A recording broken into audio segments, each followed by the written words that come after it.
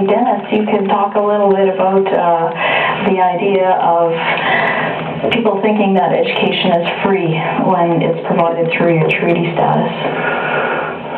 Well, the whole issue of education, and I think Shirley might agree with me as far as the treaty aspect of it is concerned, although I won't agree with Shirley that it is a treaty right.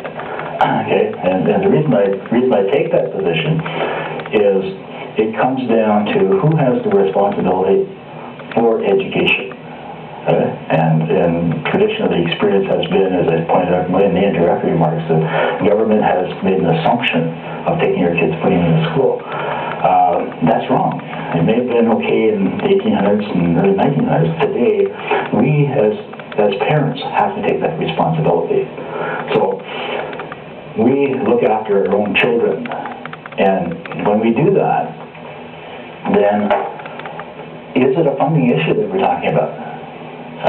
Well, is it a funding issue? Because if we have a place in this country that was second place at the time of Confederation, i.e. as being here, and the Supreme Court says that all these schools were in existence except ours, the boarding school wasn't there from their perspective.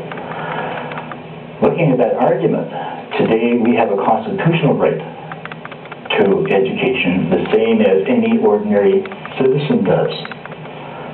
Now, I think Mr. Sharp's stats kind of confuse the issue. Are we talking about aboriginals, or are we talking about reserves? And if we're talking about aboriginals who are not on reserve, then we're talking about someone who's recognized as being a provincial resident in primary and secondary school settings have access to the same funding as any other ordinary provincial resident does. Mm-hmm. If they're on the reserve, then they're not a provincial resident.